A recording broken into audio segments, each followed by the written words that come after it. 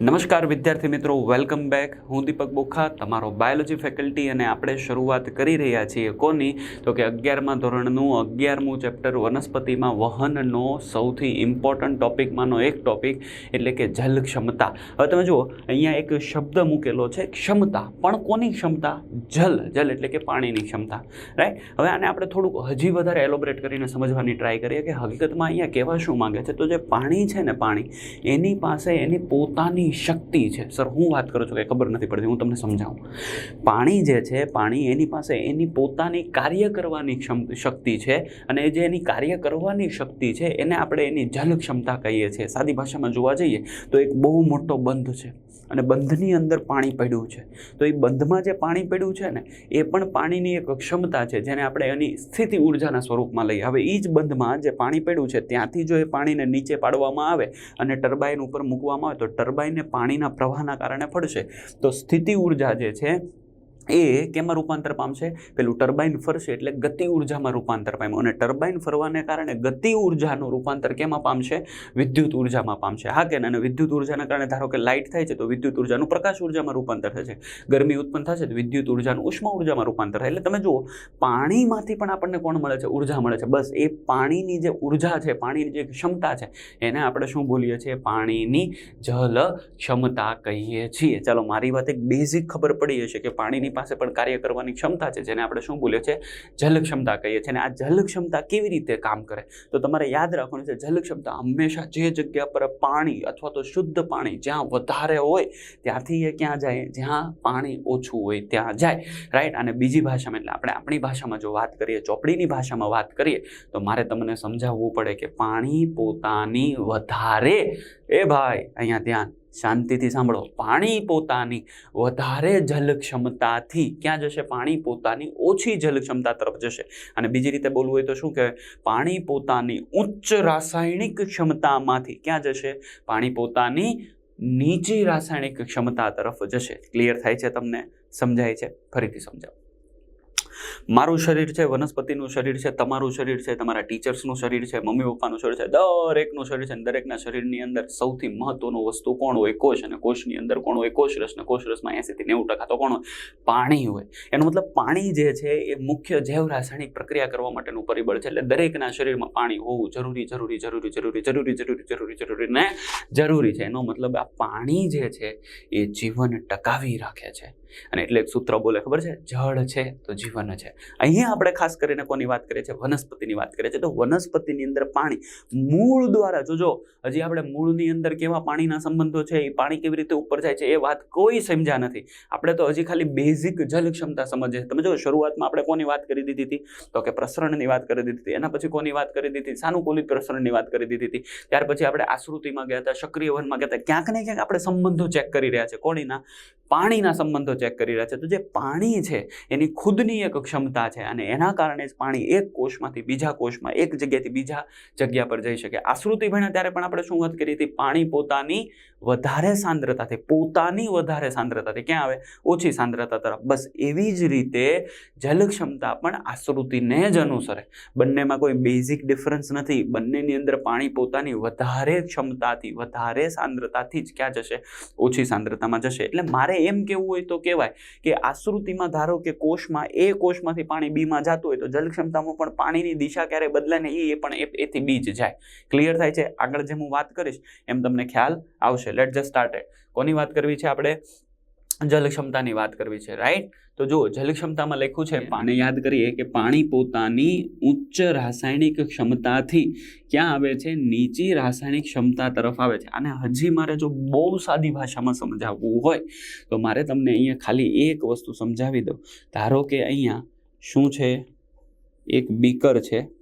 બીકરની જગ્યાએ હું બંધ પણ બોલી શકું, રાઈટ. અને બીકર જે છે એમાં વચ્ચે જો હું અર્ધ પ્રવેશશીલ પટલ રાખું તો આશ્રુતિની ક્રિયા થાય. તમને બધાને ખબર છે.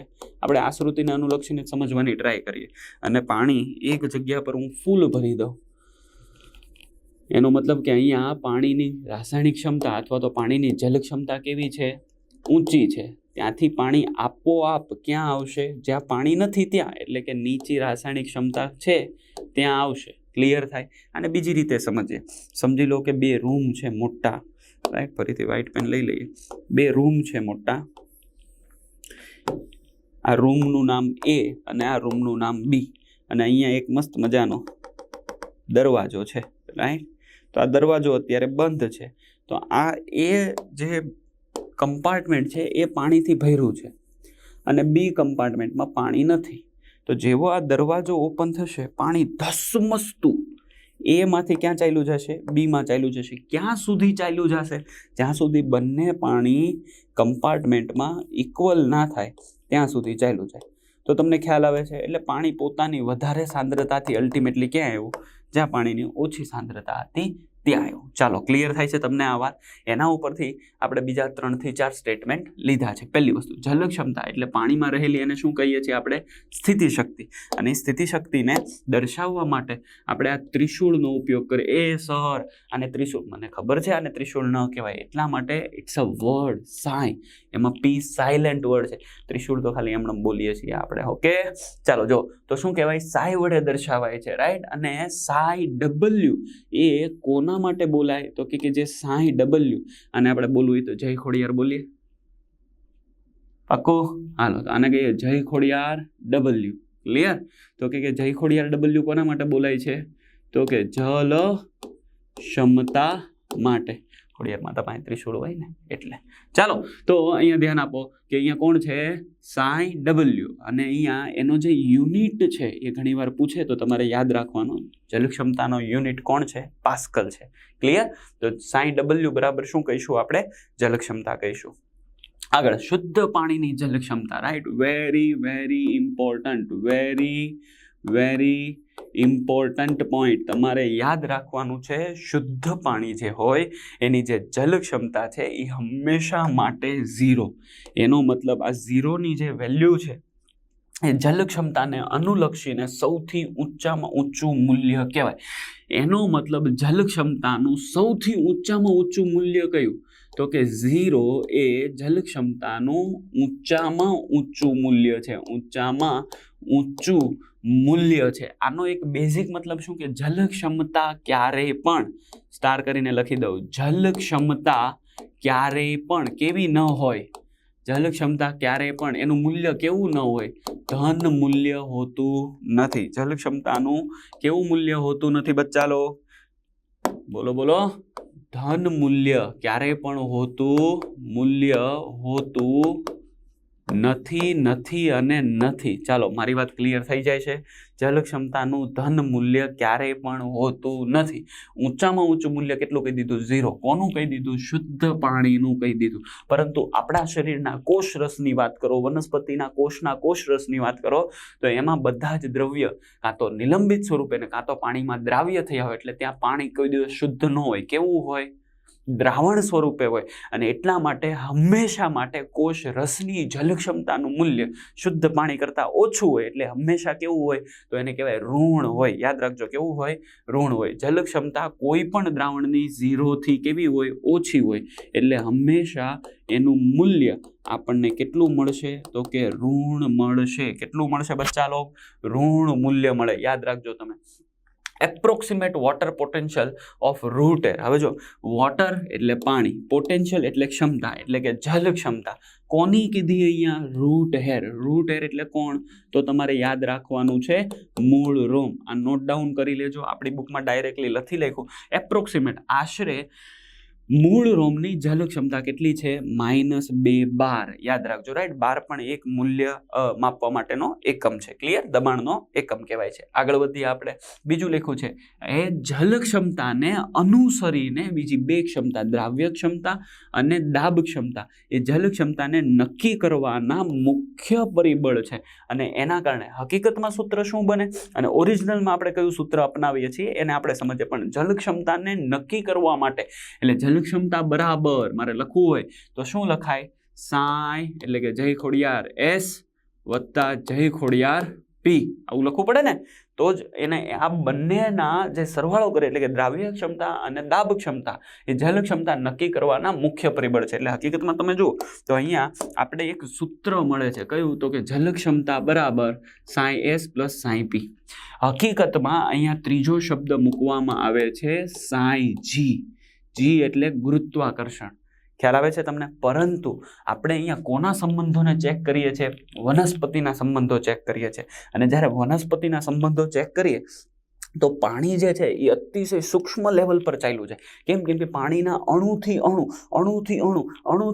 એ પાણીના મોલેક્યુલ ક્યાં ચડે છે? ઉપર ચડે છે. એટલે આપણે તમે જોવા જાઓ તો અહીંયા ગુરુત્વાકર્ષણનો નિયમ નિગ્લિજિબલ થઈ જાય. કેમ કે અહીંયા કોની વાત કરીએ છીએ આપણે? સૂક્ષ્મ અણુની વાત કરીએ છીએ. ક્યાં વાત કરીએ છીએ? જલવાહકમાં પાણીના અણુ કેવી રીતે ચડે? આ પેનને તો હું જોઈ શકું છું પાણીના અણુ કેવી રીતે ઉપર ચડે છે, મને એની અંદર જલવાહકમાં દેખાશે નહીં. એટલે કે જ્યારે આપણે એકદમ સૂક્ષ્મ અણુની વાત કરતા હોય અને એ પણ ગુરુત્વાકર્ષણની કઈ દિશામાં ચડે છે? પાણી વિરુદ્ધ દિશામાં ચડે છે. ખ્યાલ આવે છે? ત્યારે અહીંયા આ સાઈજીના મૂલ્યને 0 કે નહિવત ગણવામાં આવે છે. અને એટલા માટે થઈને સાઈ નું એકચ્યુઅલ સૂત્ર એટલે કે જલ ક્ષમતાનું એકચ્યુઅલ સૂત્ર જો મારે તમને સમજાવવું હોય તો સાઈ બરાબર શું કહેવામાં આવે? સાઈ પી વત્તા સાઈ એસ. ક્લિયર? અને આને તમારે જો યાદ રાખવા માટે લખવું હોય તો તમે આ રીતે પણ યાદ રાખી શકો છો. બોલો, જય ખોડિયાર. W બરાબર સાઈ બરાબર સરદાર પટેલ. ક્લિયર? આને યાદ રાખવા માટે સરદાર પટેલ ગ્રુપ, અને આને યાદ રાખવા માટે સરદાર પટેલ. કેમ મેં અહીંયા સાઈ બરાબર સાઈ એસ અને સાઈ પી લખ્યું? કેમ જી નથી લખ્યું? કેમ કે ગુરુત્વાકર્ષણના મૂલ્યને આપણે શું કરીએ છીએ? નેગ્લિજિબલ કરીએ છીએ, નહિવત કરીએ છીએ. અણુથી અણુ અને ગુરુત્વાકર્ષણની વિરુદ્ધ દિશામાં વનસ્પતિમાં ચડે છે એટલા માટે. ચાલો, તો જલક્ષમતાનું આ સૂત્ર તમને આગળ જતા કામ લાગશે. આને તમારે યાદ રાખવાનું છે. ક્લિયર? નેક્સ્ટ પોઈન્ટ, દ્રાવણોની જલક્ષમતા. જે મેં તમને હમણાં ઉપર સમજાવ્યા પ્રમાણે દ્રાવણોની જલક્ષમતા હંમેશા શુદ્ધ પાણીની જલક્ષમતા કરતાં કેવી હોય? ઓછી હોય. એટલે હંમેશા એનું મૂલ્ય આપણને કેવું મળે? ઋણ. કેમ કે ક્યારેય પણ પોઝિટિવ મૂલ્ય જલક્ષમતાનું મળશે નહીં. આગળ વધીએ. વાતાવરણના દબાણે દ્રાવ્ય પદાર્થ કે દ્રાવણની જલક્ષમતા. પણ કોની? વાતાવરણના દબાણે દ્રાવ્ય પદાર્થ કે દ્રાવણની જલક્ષમતા સાઈ બરાબર શું લઈશું આપણે? સાઈ એસ કહીશું. કેમ? કેમ કે અહીંયા જે કાંઈ પણ દ્રવ્ય પદાર્થ નાખશું એને આપણે સબસ્ટેન્સ કહીએ છીએ ને, એટલે આપણે એની સાંદ્રતાને અનુસરીએ છીએ, રાઈટ? એટલે એના માટે વાતાવરણ દબાણે સાઈ બરાબર શું કહેવું પડે? સાઈ એસ કહીએ છીએ. જો કે વનસ્પતિની જલવાહક પેશીમાં જલસ્તંભની ઋણ જલ ક્ષમતા કે તણાવ બળ પ્રકાંડના પાણીના વહનમાં મહત્વની ભૂમિકા ભજવે છે. આ પોઈન્ટ તમારી ચોપડીમાંથી મેં લીધેલો છે. સાંભળજો શું કહે છે, ફરીથી વાંચે. વનસ્પતિની જલવાહક પેશી, આ જલવાહક પેશીમાં શું સર્જાય? જલસ્તંભ, કન્ટિન્યુઅસ જલસ્તંભ સર્જાય. હવે એ જે જલસ્તંભ છે એ ઋણ જલ ક્ષમતા કે તણાવ બળ જે પ્રકાંડમાં પાણીના વહનમાં મહત્વની ભૂમિકા ભજવે છે. મારી વાત બહુ ધ્યાનથી સમજો. આ મારી પાસે પ્રકાંડ છે, અહીંયા પર્ણ છે, અહીંયા મૂળ છે. તો મૂળને સતત કોને ખેંચવાનું? પાણીને. પાણીને ખેંચીને અહીંયા એક સ્તંભ બનાવવાનો જલવાહક પેશીમાં. કોનો? સતત પાણીનો, કે જેનાથી પાણી સતત ક્યાં ચાલ્યું જાય? ઉપર. અને અહીંયા પર્ણ જે છે, પર્ણ, એના દ્વારા પાણી શું થાય? પર્ણ સુધી પાણીને પહોંચાડવું પડે. કેમ? તો કે કેમ? પર્ણ જે છે એ તો શું કરે? સૂર્યપ્રકાશની હાજરીમાં પ્રકાશ સંશ્લેષણની પ્રક્રિયા કરે ને એની સાથે સાથે પ્રકાશ સંશ્લેષણની સાથે સાથે એક ભૌતિક ક્રિયા થાય જેને આપણે બોલીએ છીએ બાષ્પોત્સર્જનની પ્રક્રિયા. પણ અહીંયા આપણે જૈવ રાસાયણિક પ્રક્રિયા કહેવાય બાષ્પોત્સર્જનની પ્રક્રિયા. કેમ? કેમ કે એને અહીંયા જીવંત કોષોમાં પ્રક્રિયા થાય છે અને પાણી જે છે બાષ્પ સ્વરૂપે, વરાળ સ્વરૂપે ઉડી જાય. એટલે તમે જો નીચેથી પાણી કન્ટિન્યુઅસ આવે અને ઉપર પાણી શું થઈ જાય છે? વ્યય થાય છે. કયા સ્વરૂપે? બાષ્પોત્સર્જનની ક્રિયાના સ્વરૂપે. એટલે પાણી સતત નીકળતું જાય તો અહીંયા પાણીની ડિમાન્ડ વધે છે. એટલે એ ખેંચે છે. કોને ખેંચે છે? પાણીને. ક્યાંથી ખેંચે? આજુબાજુનો ખેંચ પાણીને ક્યાંથી ખેંચે? પ્રકાંડમાંથી. પ્રકાંડ પાણીને ક્યાંથી ખેંચે? મૂળમાંથી. તો તમે જો અહીંયા કન્ટિન્યુઅસ પાણીની એક ડિમાન્ડ બનેલી રહે છે. એટલે દરેક જગ્યા પર જે પાણીની જલ ક્ષમતા છે એ ખેંચાતી રહે છે. એટલે તણાવ બળ ઉત્પન્ન થાય છે કે ભાઈ મારે પાણીની જરૂર છે. નીચેવાળા કહે છે કે લાવો પાણી મને આપી દો, એની નીચેવાળા કહે છે કે પાણી આપો. એમ કરીને મૂળ રોમમાંથી કોને ખેંચે? પાણીને ખેંચે. મૂળ રોમમાંથી પાણી કોણ ખેંચે? પ્રકાંડ. પ્રકાંડમાંથી પાણી કોણ ખેંચે? અન્ય શાખામાંથી પાણી કોણ ખેંચે? બીજી શાખામાંથી પાણી કોણ ખેંચે? પર્ણ. તો તમે જુઓ એક લિટરલી તણાવ બળ ઉત્પન્ન થાય છે અને તણાવ બળના કારણે પાણી શું થાય? ખેંચાય છે. આગળ જતા આ ટોપિકને હું બ્રીફમાં સમજાવીશ, પણ અહીંયા તમે યાદ રાખજો જલ ક્ષમતાના કારણે એક જલસ્તંભ જલવાહકમાં કન્ટિન્યુઅસ બનેલો રહે, જેના કારણે પાણી મૂળથી પ્રકાંડ સુધી ખેંચાય છે. ચાલો, મારી વાત ક્લિયર થઈ જાય છે અહીંયા સુધી? આગળના પોઈન્ટને મેં તમને સમજાવવા માટે અહીંયા જે પેલું સૂત્ર છે એ જ સમજાવ્યું છે. જય ખોડિયાર બરાબર, એટલે કે સાઈ બરાબર સાઈ એસ પ્લસ સાઈ પી. ક્લિયર અહીંયા સુધી? હા કે ના? તમને આ ટોપિક આવડશે? આવડશે એમ નહીં, આવડશે જ. ક્લિયર? આગળ વધીએ છીએ. ચાલો, હવે જલ ક્ષમતા પર અસર કરતા પરિબળો અથવા તો ફેક્ટર, રાઈટ? આમાંથી મોસ્ટલી તમને ગૂંચવાતા હોય એવા સવાલ પૂછતા હોય છે. રાઈટ, અને આપણે આના માટે તૈયાર થઈ જવાનું છે. ગમે એવો સવાલ આવે, બેઝિક આવડતું હશે, બેઝ આવડતો હશે, પાયો આવડતો હશે, તમને સવાલ આવડી જશે. પહેલું લખ્યું છે દ્રાવ્ય માટે, રાઈટ, સાઈ કેવી રીતે લખાય? તો કે સાઈ એસ. હવે શું કે છે દ્રાવ્ય માટે, સાઈ ડબલ્યુ માટે. જો દ્રાવ્ય વધે તો સાઈ ડબલ્યુ ઘટે. એનો મતલબ આનું પ્રપોઝન શું? તો કે જલક્ષમતા ચલે 1/, કોણ? તો કે સાઈ એસ. એટલે કે જેટલી વધારે દ્રાવ્યતા અથવા તો જેટલું વધારે દ્રાવ્ય એટલી એની જલક્ષમતા કેવી થઈ જાય? વધારે. કોની? તો કે એ દ્રાવણની. મારી વાત ફરીથી સમજજો, હું શું કહેવા માંગુ છું. ધારો કે મારી પાસે આ એક બીકર છે. આ એક બીકરમાં વચ્ચે હું ખાલી એક પટલ મૂકી દઉં છું. અત્યાર પૂરતું યાદ રાખો, મેં અર્ધ પ્રવેશશીલ પટલને અહીંયા મૂક્યું છે, મૂકી દીધું. ઓકે, ચાલો. હવે મેં બાજુમાં કોને મૂકેલું છે? તો કે પાણીને મૂકેલું છે. આમાં પણ 10 ml પાણી અને આમાં પણ 10 ml પાણી. એટલે બંનેમાં મેં 10 ml પાણીને મૂક્યું છે. હવે નેક્સ્ટ પોઈન્ટની વાત કરીએ. આની અંદર હું 1 સ્પૂન, એટલે હું SP લખું છું, સ્પૂન, 1 સ્પૂન ખાંડ નાખું છું. અને આની અંદર હું 5 સ્પૂન શું નાખી દઉં છું? ખાંડ નાખી દઉં છું. ક્લિયર? જો આશ્રુતિમાં જે રીતે વાત કરી હતી એવી જ રીતે અહીંયા વાત કરો. આને હું A નામ આપી દઉં, અને આને હું B નામ આપી દઉં. હવે તમારે મને કહેવાનું છે કે એની સાંદ્રતા, અહીંયા A દ્રાવણ લખું અને અહીંયા B દ્રાવણ લખું, તો તમે મને એમ કહો કોની સાંદ્રતા વધી? એની વધી કે B ની વધી? ઓફકોર્સ અહીંયા કેટલી ખાંડ છે? 5 ચમચી ખાંડ છે. તો આ દ્રાવણની સાંદ્રતા કેવી છે? વધારે. હવે બંનેમાં પાણી તો કેટલું હતું? 10 ml પાણી છે. પણ હવે જુઓ, આના સાપેક્ષે આમાં સાંદ્રતા વધી, એટલે પાણીનું પ્રમાણ એની સાપેક્ષે કેવું કહેવાય? ઓછું કહેવાય. જ્યારે અહીંયા કેટલી ખાંડ છે? તો કે 1 ચમચી ખાંડ છે. એટલે કે દ્રાવણ એની સાંદ્રતા, એ દ્રાવણ બીની સાંદ્રતા કરતા કેવી છે? ઓછી છે. હા કે ના? અને એની સાથે સાથે પાણીની સાંદ્રતા કેવી થઈ ગઈ ભાઈ? તો કે બીની સાપેક્ષે પાણી કેવું થઈ ગયું?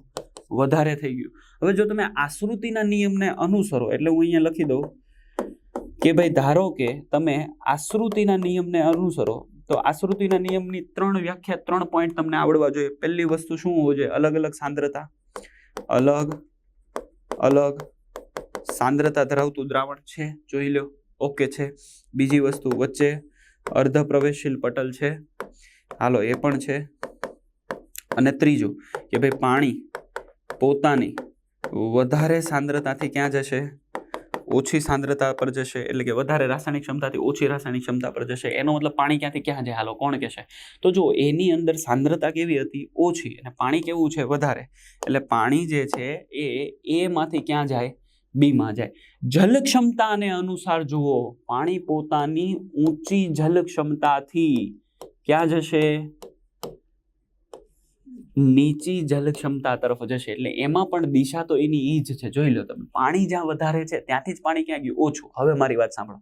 હવે મારે તમને આ સેન્ટેન્સ સમજાવવું છે. જોજો ક્યાંથી ક્યાં કનેક્ટ કરીએ છીએ આપણે. આમાં તમે જુઓ તો શું કહે છે? જો દ્રાવ્ય વધે તો જલ ક્ષમતા ઘટે.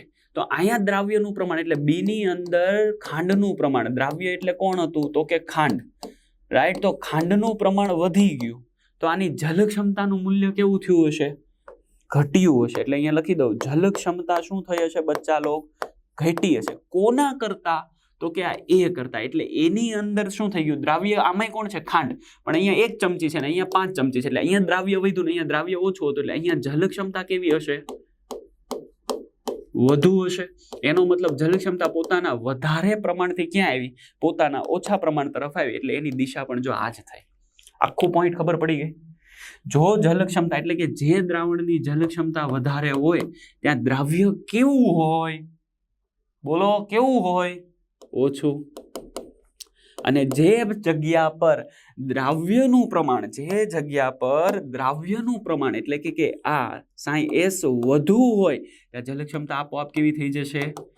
ઓછી થઈ જશે. જો આ લોજિક છે, આવડવું જોઈએ. આખું ક્લિયર અહીંયા સુધીનો. હવે નેક્સ્ટ પોઈન્ટ વાંચો, દબાણ. આ પણ એટલું જ અસરકારક પરિબળ છે. કેમ કે આપણે આગળના પોઈન્ટમાં બચ્ચા લોકો વાંચ્યું ને.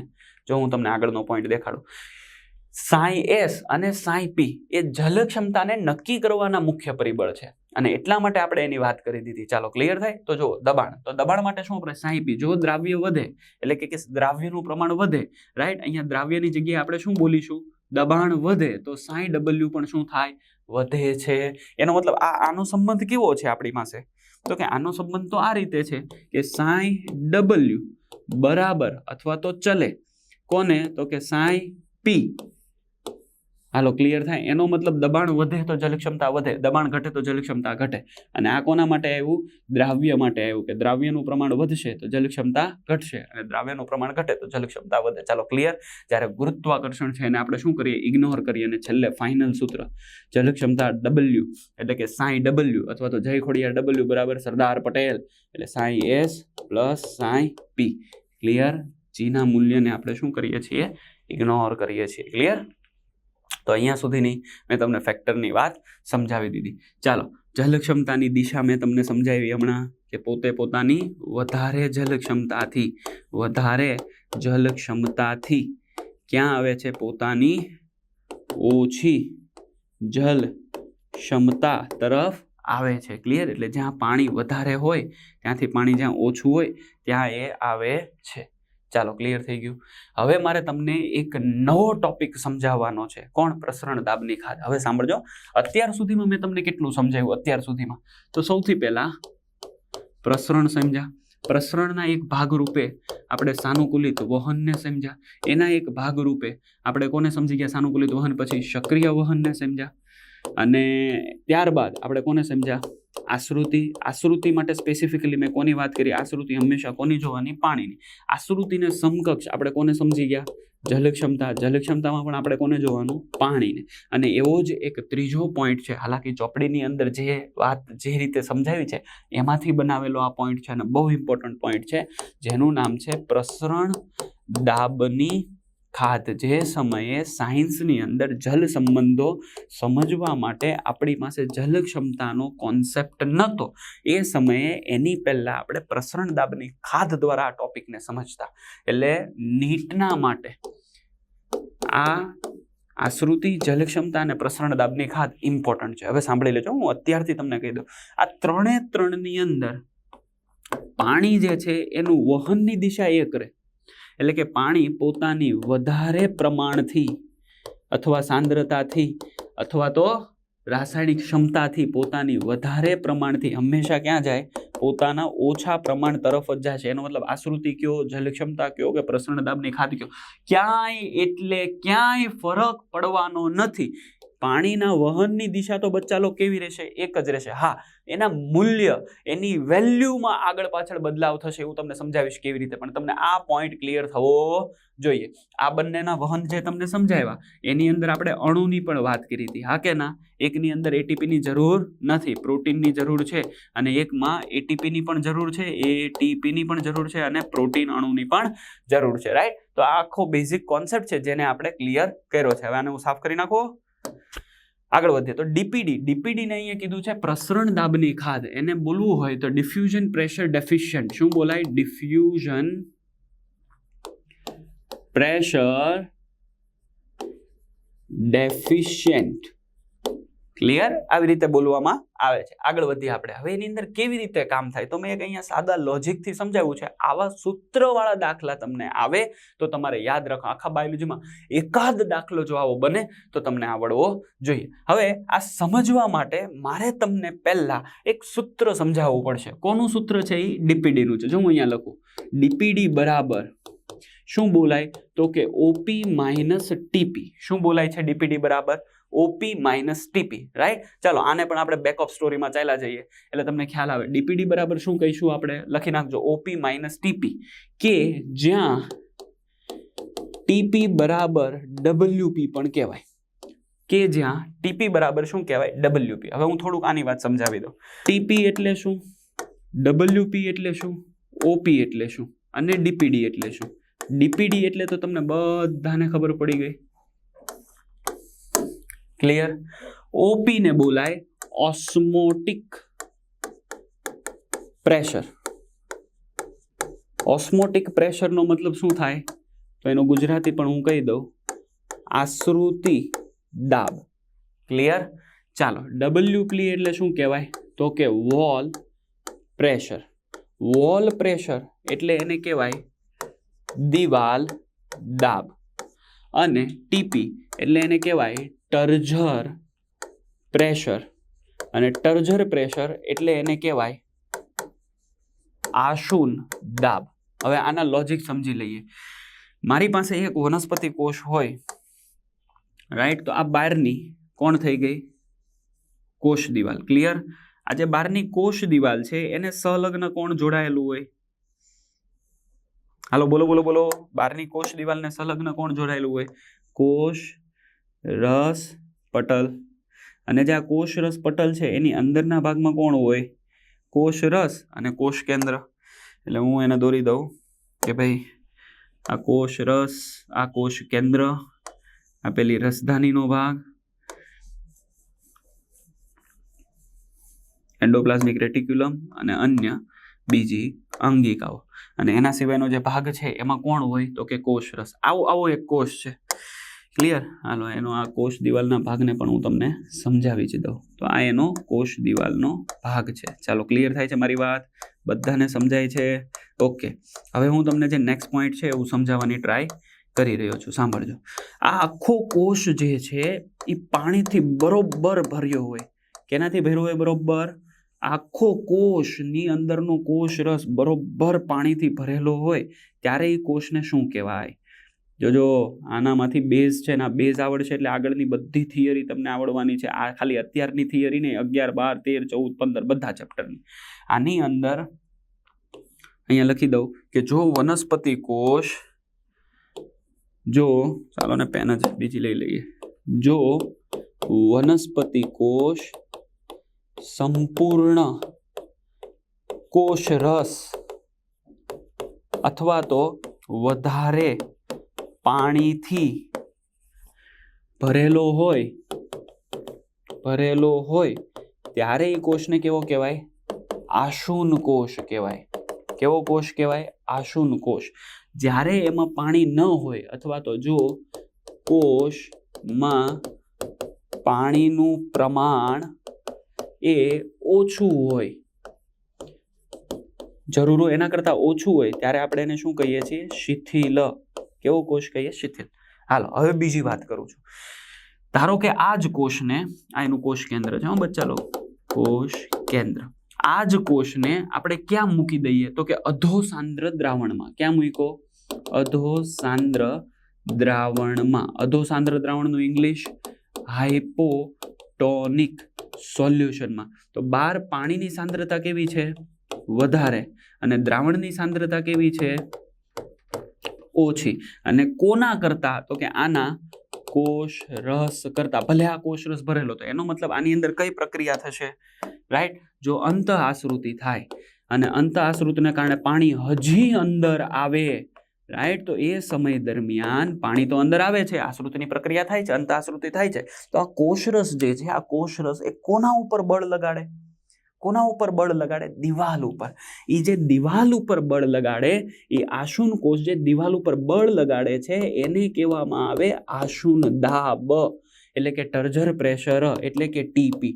પણ મેં તમને સમજાવી દીધું છે અંત આશ્રુતિ વખતે કે વનસ્પતિનો કોષ ફૂલતો નથી. એ હસવાનો નથી, ફૂલતો નથી. કેમ ફૂલતો નથી? કેમ કે એ સમય દરમિયાન કોષ દિવાલ પણ પોતાની રીતે આકાર જાળવી રાખવા માટે એ જે અહીંયાથી આશુન દાબ આવે છે એની સામે શું લગાડે છે? બળ લગાડે છે. જેને આપણે શું કહીએ છીએ? તો એને આપણે કહીએ છીએ દિવાલ દાબ, એટલે કે ટીપી. એનો મતલબ જેટલો આશુન દાબ હોય એટલું જ કોણ હોય? દિવાલ દાબ હોય ને. એટલા માટે મેં લખ્યું ટીપી બરાબર ડબલ્યુ. લ્યો, મેથ્સની જેમ ફિઝિક્સની જેમ સાબિત કર્યું ને. આખું લોજિક ક્લિયર થાય છે, સમજાય છે? હા કે ના? એકવાર જોઈ લો, રાઈટ, અને એને લખી નાખો. આને પોઝ કરીને લખવું પડે તો પણ લખી નાખજો. 5, 4, 3, 2, 1 ગો. ચાલો, ક્લિયર અહીંયા સુધી બચ્ચા લો? સમજાય છે? તો આશુન દાબ, દિવાલ દાબ અને અહીંયા આશ્રુતિ દાબ, આટલું ક્લિયર કરવું જરૂરી હતું. હવે તમને ડીપીડી આવડશે. જોજો, ચાલો હું હવે આને કેનવાસને ક્લિયર કરી નાખું છું. આગળ વધીએ. ડીપીડીનું સૂત્ર બોલો તો ફટાફટ. ડીપીડીનું સૂત્ર ડીપીડી બરાબર ઓપી માઇનસ ટીપી, જ્યાં ટીપી બરાબર શું કહેશું? ડબલ્યુપી. ક્લિયર? જુઓ તો હવે અહીંયા મેં એક એક્ઝામ્પલ આપ્યું છે. શું એક્ઝામ્પલ છે આપણે એને સમજીએ. મારી પાસે એક બીકર છે. બીકર વચ્ચે હું અર્ધપ્રવેશીલ પટલને મૂકી દઉં, કેમ કે આપણે પાણીના રિલેશનને સંબંધીએ છીએ, જલ સંબંધને સમજીએ છીએ, રાઈટ? હવે અહીંયા પાણી છે, અહીંયા હું આને એ કહી દઉં અને આને હું શું કહી દઉં? બી કહી દઉં. ક્લિયર? હવે સમજીએ આપણે. હવે મેં અહીંયા શું કર્યું? તો અહીંયા પ્યોર વોટર છે, એટલે કે અહીંયા એ સેમ્પલની અંદર કેવું વોટર છે? Pure water. તો પ્યોર વોટરની જલ ક્ષમતા હંમેશા કેટલી હોય? તો કે આનું SI નું મૂલ્ય કેટલું હોય? 0. એનો મતલબ પ્યોર વોટરની જલ ક્ષમતા હંમેશા કેવી હોય? સૌથી વધારે હોય. સૌથી વધારે. પ્યોર વોટર, શુદ્ધ પાણીની જલ ક્ષમતા સૌથી વધારે, આપણે ભણી ગયા છીએ, સૌથી વધારે, અને એનું મૂલ્ય કેટલું હોય? 0. ચાલો, ક્લિયર થઈ જાય છે. બીજું વસ્તુ લખ્યું છે કે અહીંયા સોલ્યુટ વોટર છે, એટલે કે એની જલ ક્ષમતા કેટલી કહી દીધી છે? -2. રાઈટ? કેવું વોટર કીધું હતું? સોલ્યુટ વોટર, અથવા તો સમજી લો કે સોલ્ટ વોટર છે, એમ પણ તમે યાદ રાખો ને. તો પાણી હંમેશા, જો જલ ક્ષમતાને આધારે જુઓ, જલ ક્ષમતાને આધારે, તો પાણી હંમેશા ક્યાંથી ક્યાં આવ્યું? હાલો કયો તો. જો જલ ક્ષમતાના આધારે તમે જુઓ તો પાણી હંમેશા પોતાની ઊંચી જલ ક્ષમતાથી, ઊંચી રાસાયણિક ક્ષમતાથી ક્યાં આવે? નીચી રાસાયણિક ક્ષમતા તરફ આવે. તો એ ક્યાં આવ્યું? 0 થી -2 તરફ આવ્યું. એનો મતલબ જલ ક્ષમતાની વેલ્યુ હંમેશા એની દિશા એ ઊંચીથી નીચા તરફ પણ હોય, પણ એ ક્યારેય ધન ના હોય, એટલે હંમેશા ક્યાં ગયું? માઇનસ તરફ ગયું. તો તમને આટલામાંથી જ ખબર પડી જાય પાણીની દિશા કઈ થઈ બચ્ચા લો? તો કે A થી B થઈ. જો પ્યોર વોટર, એટલે કે આવી રીતે હું આને જલ ક્ષમતાના આધારે તો સમજાવી જ શકું છું. પાણી આ બાજુ ગયું. ક્લિયર? હા કે ના? હવે તમે એને આશ્રુતિના આધારે જુઓ. આશ્રુતિના આધારે તો અહીંયા જ પ્યોર વોટર હતું, જ્યારે અહીંયા કેવું છે? ઉદાહરણ તરીકે સોલ્ટ વોટર કહી દઉં હું. અહીંયા સોલ્ટ પ્લસ વોટર, તો અહીંયા સાંદ્રતા કેવી છે? વધારે છે ને. જો હું આશ્રુતિના આધારે જોઉં તો અહીંયા સાંદ્રતા કેવી છે? વધારે. રાઈટ? પાણી કેવું થઈ ગયું? ઓછું. જ્યારે અહીંયા તો પ્યોર પાણી હતું, એટલે પાણીની સાંદ્રતા કેવી હતી? વધારે. પાણી પોતાની ઊંચી સાંદ્રતાથી નીચી સાંદ્રતા તરફ આવે. તો આશ્રુતિના આધારે પણ દિશા શું થઈ? આશ્રુતિના આધારે પણ દિશા શું થઈ? તો કે A to B જ થઈ. હવે ડીપીડીના આધારે જુઓ તમે. ડીપીડીના આધારે ક્વેશ્ચન એવું પૂછાય કે ભાઈ બે બીકર છે, રાઈટ? અથવા બે કોષ છે, બાજુના બે કોષ છે. આવી રીતે મેં બે કોષ લઈ લીધા. એક કોષને A કહી દઉં, એક કોષને મેં B કહી દીધો. હવે આ A નામનો કોષ છે એ આશૂન્ય છે. Let me use eraser. A નામનો કોષ જે છે એ કેવો છે? આશૂન્ય છે. એટલે આ કોષ આશૂન છે. આશૂન હોય એટલે એમાં પાણી કેવું હોય? ખૂબ ભરેલું છે. જ્યારે બી નામનો કોષ છે એ ફ્લેસિડ છે. ફ્લેસિડ એટલે કેવો છે? તો કે શિથિલ છે. એટલે આમાં પાણી કેવું છે? ઓછું છે. પાણી કેવું છે? ઓછું. જો આટલું કીધું ને ત્યાં તમને જવાબ તો આવડી જ ગયો છે, પણ આને સમજીએ આપણે. હવે અહીંયા આશૂન કોષનું ઓપી કેટલું કહી દીધું છે? 10. ટીપી કેટલો કહી દીધો છે? 10. તો સૌથી પહેલા તમારે શું ગોતવાનું? ડીપીડી. અહીંયા આવી જાઓ. આનો ઓપી કેટલો કીધો? 10. હવે કોઈ દિવસ શિથિલ કોષ છે એટલે એની અંદર તો ક્યારે પણ આશુંદા હોય નહીં, એટલે મેં અહીંયા લખ્યું છે 0. તો આનું ડીપીડી ગોતો. ચાલો આનું ડીપીડી ગોતો. તો ડીપીડી બરાબર શું કહીએ? OP minus TP. ઓપી કેટલો છે? 10 અને માઇનસ શું કરવાનું? ટીપી બરાબર 0. તો ડીપીડી બરાબર આપણને શું મળે? ડીપીડી બરાબર 10 મેળવું અહીંયા મૂલ્ય. હવે આ બાજુ ચાલો, તો કે આપણે અહીંયા શું લખશું? ડીપીડી બરાબર ઓપી માઇનસ ટીપી. ઓપી કેટલો છે? 10. ટીપી કેટલો છે? 10. મતલબ ડીપીડી બરાબર વેલ્યુ શું મળી? 0. દેખાય? હવે જો જલ ક્ષમતા A to B, આશ્રુતિ A to B, અને અહીંયા ડીપીડી પણ A to B છે, પણ મૂલ્ય જો, રાઈટ? તો હું અહીંયા નોંધ કરીને લખું છું. ડીપીડી જ્યારે ભણવામાં આવે તો પાણીની દિશા એ હંમેશા A to B તો હતી જ, પણ કેવી રીતે યાદ રાખવાની? પોતાના ઓછા મૂલ્યથી વધુ મૂલ્ય તરફ જાય. બીજું ડીપીડી જે છે એના માટે ઓછા મૂલ્યથી વધુ મૂલ્ય તો સાચું, એની સાથે કે ડીપીડીનું મૂલ્ય ધન પણ હોઈ શકે. જુઓ મેળવું તમને? એનો મતલબ અહીંયા આવી ગયું 0. પોતાના ઓછા મૂલ્યથી કેટલું આવ્યું? 10. ત્યાં સુધી જાય. હાલો આખું ક્લિયર થાય? સમજાય? 100% સમજાય? પાક્કું? હા કે ના? 100%. ફરીથી જલક્ષમતા વધુથી ઓછા તરફ, આશ્રુતિ પોતાની વધારે સાંદ્રતાથી ઓછા તરફ, અને ડીપીડીમાં પણ પાણી પોતે વધારેથી ઓછા તરફ જ જાય છે, પણ એનું મૂલ્ય કેવું છે? ઓછાથી વધુ. ક્લિયર? જ્યારે જલક્ષમતાનું શું છે? ઊંચીથી નીચું, પણ સૌથી ઊંચું મૂલ્ય જ કેટલું હતું? 0. એટલે અહીંયા ખાલી આંકડાકીય ફેરફાર છે, બાકી દિશા તો જુઓ 3 એ 3માં એક જ છે, A to B. તો અહીંયા મેં તમને આ સમાધાનરૂપી પોઈન્ટને સમજાવ્યો, અને હવે આપણે એક બહુ ઇમ્પોર્ટન્ટ પોઈન્ટ આના પછીનો સમજવા જઈએ છીએ, પણ આજના પોઈન્ટ માટે thank you. Right, next point માટે વેઇટ એન્ડ વોચ. જય હિન્દ, વંદે માતરમ.